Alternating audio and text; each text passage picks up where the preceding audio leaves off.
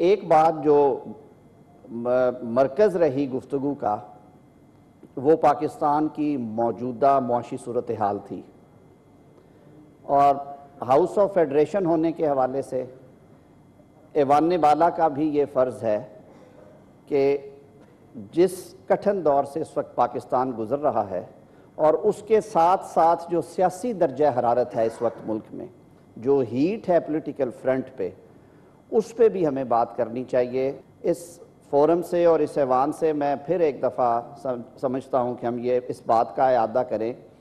کہ ریاست پاکستان کو ترقی اور خوشحالی کی راہ پر گامزن کرنے کے لیے، پاکستان کے عوام کی زندگیاں آسان رکھنے کے لیے، پاکستان کے استحکام اور پاکستان کی سالمیت کے لیے آج تمام سیاسی قوتوں کو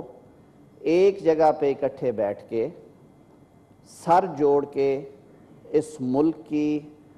معاشی اور سیاسی استحکام کے لیے کوئی روڈ میپ طے کرنا ہے۔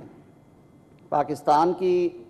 معاشی صورتحال، پاکستان کی کرنسی ہو، پاکستان میں معاشی گروتھ کی بات ہو، اتار چڑھاؤ کا شکار ہی ہم رہے ہیں، اور اس کی شاید ایک بڑی وجہ جو ہے وہ سیاسی عدم استحکام ہے،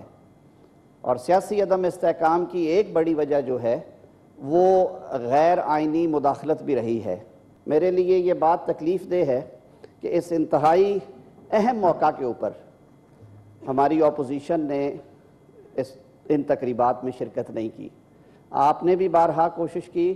اپنے تئیں میں بھی جو کر سکتا تھا میں نے بھی کوشش کی کہ میں انہیں سمجھاؤں، باہر کیف یہ ان کا اپنا فیصلہ تھا۔ کیا ہی یہ خوشی کی بات ہوتی کہ اگر وہ ہمارے درمیان ہوتے، اور یہ کتنا اچھا پیغام جاتا کہ پاکستان کے سیاستدان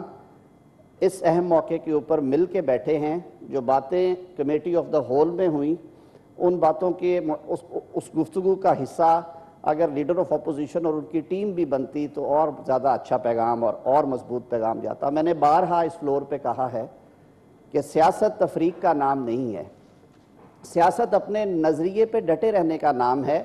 لیکن اس کا یہ بھی مطلب نہیں ہے کہ آپ آستینے چڑھا کے ڈٹے رہیں۔ سیاست تو گفت و شنید سے آگے بڑھتی ہے، منطق سے بات کریں، اپنے دلائل سے دوسرے کو قائل کریں، راہیں ہموار کریں،